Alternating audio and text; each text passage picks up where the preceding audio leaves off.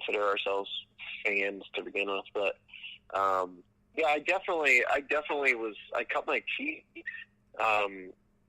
in this field by doing a lot of like newspaper research, newspaper archival research, and historical research on wild man sightings and ape man sightings, stuff like that. And I remember the first thing that I loved about Lyle's work on his Beast of Boggy Creek book was that he kind of did sort of the same thing. Like he had gone in and found all this information on the historical sightings of the Boggy Creek Monster, and I really liked his approach to the subject. And there's a lot of people that are involved in the subject who I'm just a fan of their general approach to their own work relating to the subject. I love Linda Godfrey's Beast of Bray Road book, and that's one I've just come to in the last year, but her approach to it was so great, and it really reminded me of something I not that I would have written it as well as her, but she wrote about it in a similar way to how I would have written it. Yeah, that's awesome. I still need to read The Beast of Bray Road. I've actually been reading her other book, her newer one, I think, The American Monsters, I think it's called. Yeah. Her approach has changed like drastically, though. It's really interesting to read The Beast of Bray Road. You're reading a newspaper reporter sort of ruminating on a subject that they're interested in, they're and just sort of letting the story tell itself and letting the witnesses speak for themselves. It's a very like Small Monsters approach to it. Yeah. And at some point after that book came out, she became basically like a full scale like believer in these subjects. And I'm not saying that in a negative way. It's just her approach to writing about this subject, I think anyway, has really changed. So it's very interesting to me to read that first book, which has almost a sly sort of like a acerbic wit. She almost like pokes fun at it a couple times throughout the book, and to see that go to where she is today, which is she really does 100% believe a lot of these phenomena are actually out there. There's a physical reality to them, and that they exist. So it's I wouldn't say she did a 180, but there's definitely a large shift from her approach. Wow. And are you a believer in any of this stuff? On like what subject we're talking about, and I mean, the fact is, I believe that almost every one of these stories that we've covered, that something happened. What that something is going to literally come down to a case by case basis, sighting by sighting basis. Like when it comes to the Mothman, I don't think you can say that every single sighting was an owl, and I don't think you can say every single sighting was, of a UFO or whatever. Like, I think there's going to be different explanations for all the different phenomena. I 100% believe that the Flatwood Monster, as was described by Ed and Fred May, existed. That's the one that I'll say I 100% believe existed exactly how they described it. And I'm starting to lean pretty heavily toward the existence of Bigfoot, just based on some stuff I experienced while I was in Oklahoma last year. So awesome. I'm getting there on some of these subjects, and even things we do have sort of opinion on what was going on there. Yeah. So will we hear about the experience you had in the On the Trail of Bigfoot series? I don't know. Actually, I doubt it. There might be a brief mention of it, but basically, I just for 2 days there was a guy I was with had a sighting of a conical shaped head, eyes staring back at him from behind the tree. Wow. We had rocks thrown at us. There was something screamed at us I couldn't identify. There was rock clacking. There was a very clear wood knock, and we were in an area that it's about as isolated a place as I've ever been. Granted, I've never been to the Pacific Northwest, but to get to the base camp that we were at, on off road, once you turned off the main road, off road on a gravel / dirt / mountain drainage ditch, just to get down to the base camp. No electricity, no Wi-Fi, none of that stuff as deep in the woods as you can get, in a place where, southern Oklahoma, you've got rattlesnake, copperhead, so all the stuff you got there in Alabama, black bear, everything in the world in that area that's in the woods wants to kill you. We had a black widow spider drop into our tent one night. Oh no. So yeah, this was a place that was incredibly isolated, rugged terrain, and there were many somethings, it seemed anyway, in the woods around us, who were really curious about what we were doing there. And the only explanation I can come up with is, sort of undiscovered ape, because that's what it seemed to be. That's how it seemed to behave.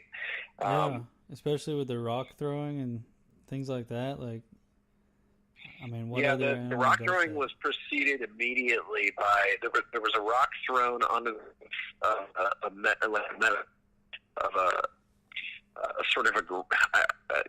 they called it the hooch, but it was basically just a metal roof of an outbuilding, and it was immediately followed by this sort of laughing gibbon type call. Oh my God! And skeptics are going to say, "Oh, it was an owl." I mean, we heard owls the whole time we were there. I know what an owl sounds like. It wasn't an owl. It wasn't a fox. It wasn't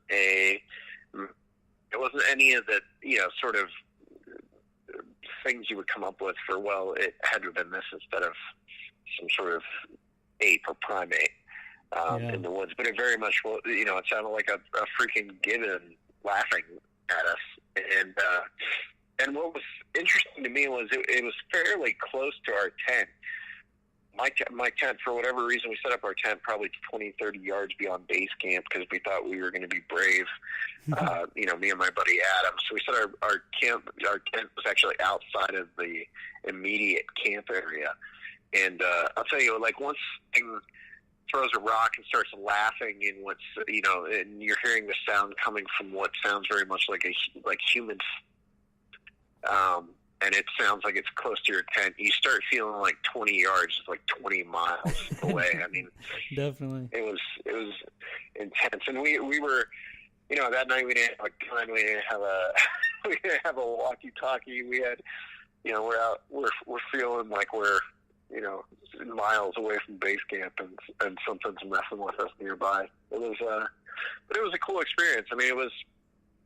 I didn't see anything for myself, but I had told Adam, who was with me on our drive into Oklahoma, that I would consider the weekend or the trip a success. Just completely absent from making movies, I would consider the weekend a success for myself if I got to hear a tree knock, a rock thrown, or some sort of call, because I've never experienced anything. So for me to get to experience all three of those, plus being with someone else who had a sighting, and the rock clacking and all that kind of stuff, and there's a lot of weird stuff in there, and that's awesome. It moved my needle of belief from like a 30% to like probably close to 80. That's awesome. Sounds like a great experience. I've experienced some similar sounds and things in the woods in Alabama, in an area where I've never had a rock thrown at me, but a lot of people in the area that I go have had that happen. And I actually just got an interview from one of my high school friends who messaged me and was like, "Hey, I've had an experience at Mount Cheaha, and so he had a similar thing happen to him with things getting thrown. He was with his girlfriend, and I've always wondered about, how Bigfoots feel around women or things like that, because I've heard stories about them snatching women up or, things like that. Mm-hmm. Yeah, it's interesting actually, because we were in there with Kathy Strain, who wrote the book Giants, Cannibals, and Monsters, and I actually interviewed Kathy while we were in there about kidnapping and the sort of the lore surrounding Bigfoots taking people. Mm-hmm. Because there's an episode of On the Trail of that's going to kind of delve into missing people and Bigfoot attack stories and stuff like that. He actually talked about the Albert Ostman story, which is obviously like one of the first sort of well-known, I guess you would call it like a Bigfoot kidnapping story in the modern era. Yeah. So those stories go way back, and obviously Ostman wasn't a woman, but I think they extend beyond just male or female. And I do wonder, like I always wonder if they're more attracted to the sound of a woman's voice, or if it's something like that, if they do exist, like if that's something that they would be more curious about than like the gruff sort of sound of a man's voice. I know that primates, apes and stuff like that, they respond that way with females, and that's why so many of the great sort of researchers about primates, Jane Goodall, for instance, mm-hmm. that's how they became so accepted into the sort of primate society, was because of the the voice and the curiosity the chimps had with them. Yeah, it's definitely something to think about.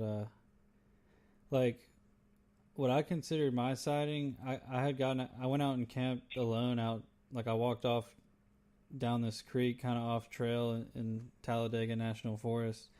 And when I woke up the next day, I got out of my tent and I saw something up on the ridge, looked like a big brown thing. I mean, I guess it could have been a bear.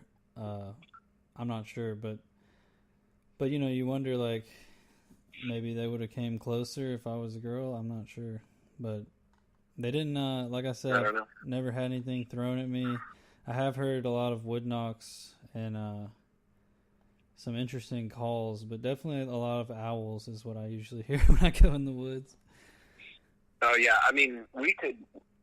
One of the guys that was with us in Oklahoma was actually kind of calling back and forth with an owl earlier in the night. So like, and I've heard owls make some freaking weird sounds too. Mm-hmm. I mean, when we were in the Adirondacks making Beast of Whitehall, there were owls.